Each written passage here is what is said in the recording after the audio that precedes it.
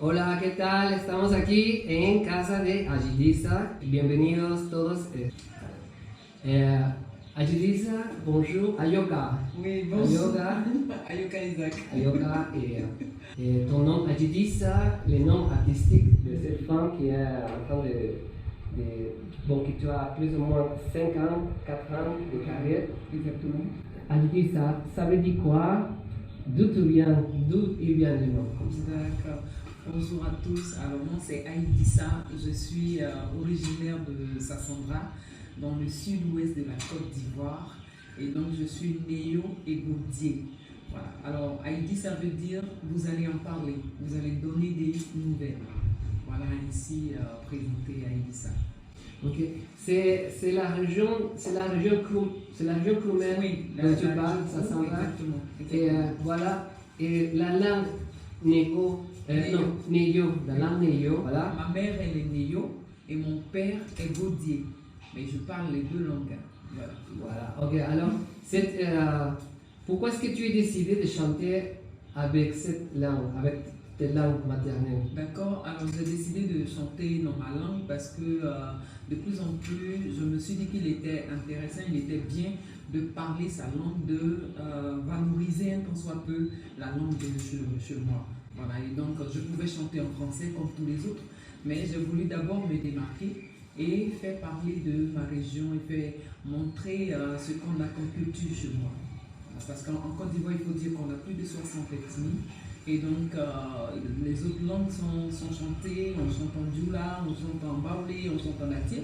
J'ai dit, mais pourquoi ne pas chanter aussi en gaudier et en néo? Voilà. Lesquels sont les espaces sociaux, les espaces sociaux, les espaces publics dans lesquels tu peux utiliser la langue en plus de chanter? D'accord. Dans quel autre espace? Quand je suis, par exemple, chez les Kodia, c'est une autre ethnie aussi. Qui est aussi du Krou, voilà, je peux parler ma langue. Quand je suis aussi chez les Dida aussi c'est une autre ethnie aussi de la Côte d'Ivoire, je peux m'exprimer parce qu'ils comprennent ce que je dis. Voilà, donc voilà un peu. Ok, voilà. Et je suis très curieuse aussi de savoir, par exemple ici, je trouvais beaucoup de personnes qui viennent de Burkina Faso, de Cameroun, de Ghana, de Congo, comme ça.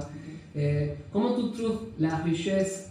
Est-ce que tu as un intérêt pour connaître, pour partager, pour mélanger un peu les langues avec des autres ethnies comme ça? C'est comment le phénomène pour toi de partager ta langue avec des autres ethnies? Moi je dis, je me rappelle quand même que je suis allée à Addis Abeba. Addis Abeba c'est des Éthiopiens, c'est l'Amérique qu'ils parlent. Moi je suis ivoirienne, je suis néo et gaudier et je vais pour montrer ma culture.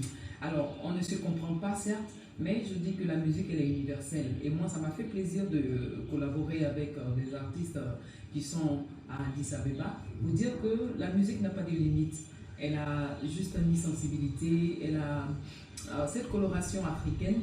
Et donc, ça fait toujours plaisir de la partager avec d'autres ethnies. Donc, que ce soit avec le Burkina, que ce soit avec la Sierra Leone, que ce soit avec toute autre ethnie, on se rejoint toujours parce que la musique, elle est universelle.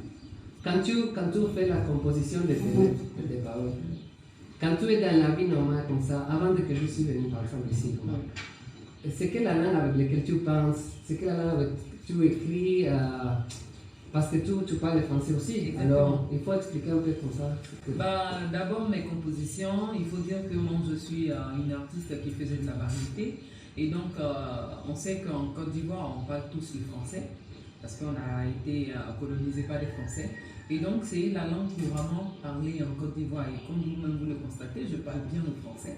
Et donc mes compositions, je les fais en français d'abord. Je les écris, les textes en français, et après je les traduis dans ma langue. Voilà comment moi je compose. Et tu peux avoir une chanson, par exemple, où le refrain te vient et c'est dans ta langue ou autre chose. Et il peut arriver aussi que tu peux avoir cette inspiration, mais en français tout de suite là. Maintenant et tout de suite c'est en français. Et donc voilà comment moi je me laisse guider par ce qui me vient, mais je ne me bloque pas du fait que je dois forcément écrire dans ma langue ou quoi. Mais je dis que je fais d'abord un travail et quand ça me vient, l'inspiration me vient, je travaille là-dessus et puis je sors ce que ça fait. Voilà. Est-ce qu'il y a une chose que tu ne peux pas exprimer en français, qu'il faut tout à fait aller à la langue, à la bodienne et comme ça? Oui, parce que dans ma langue, tu sais, je la trouve belle, ma langue. Et donc, je me dis, il y a certaines émotions qu'on ne peut pas exprimer en français pour donner ce que tu as voulu donner à cette parole-là. Voilà, et donc, il me la faut, ça me colle à la peau. Quand je la transcris, je la transmets dans ma langue, je ressens plus ce que j'ai voulu faire ressortir. Voilà, tu peux nous montrer une phrase, une parole que ça t'arrive, un exemple de qu'est-ce que tu ne peux pas sentir de la même manière en français qu'en Gaudier. Voilà. En Gaudier, bon, on peut dire je t'aime par exemple. Je t'aime en français. Chez nous, on dit Iwamo. Iwamo. Iwamo. Iwamo, c'est sympa. Iwamo. Il y a des personnes qui parfois ils ne veulent pas apprendre la langue. Parfois les parents ne veulent pas apprendre la langue aux enfants parce qu'ils ont peur d'être discriminés par la langue dominante, c'est l'espagnol là-bas. Ici, tu as un conseil. Est-ce que tu as un conseil pour toutes les personnes qui ne veulent pas apprendre la langue? Si, moi je dis, c'est vraiment important de connaître ses origines. C'est important de savoir d'où on vient. Et donc, même quand il y a beaucoup d'ethnies en même temps, il faudrait que quand on te voit, quand on te sent, on t'entend parler, il faudrait qu'on sache d'où tu viens. On ne doit pas avoir honte de ce qu'on est.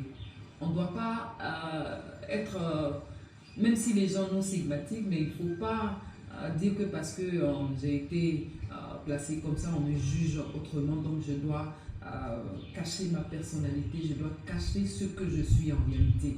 C'est comme la couleur de ma peau, je ne peux pas la changer. Tu comprends? Toi, tu es plus clair que moi, mais est-ce qu'il faut que je prenne une peinture qui a en même temps la même couleur que toi pour me la passer sur le corps? Non.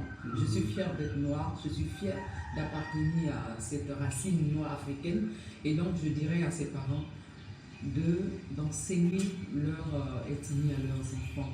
Parce que quoi qu'on dise, même si nous sommes malheureux de la mondialisation et que l'Internet et tout ce qu'il y a nous apporte beaucoup d'autres choses, et que même c'est important de parler le français, l'anglais, l'espagnol et tout, mais il est quand même important de savoir qu'on a une base et qu'on est sorti de quelque part. Et donc apprenez vos langues à vos enfants, c'est très important, c'est la racine. Parce qu'un arbre ne peut pas pousser sans ses racines. Ya lo saben, muchas gracias por habernos visto y denle like al video. Y aquí estamos con Ayerisa. Nos despedimos. Merci, Ayerisa. Merci, comme on dit en Gracias. Gracias.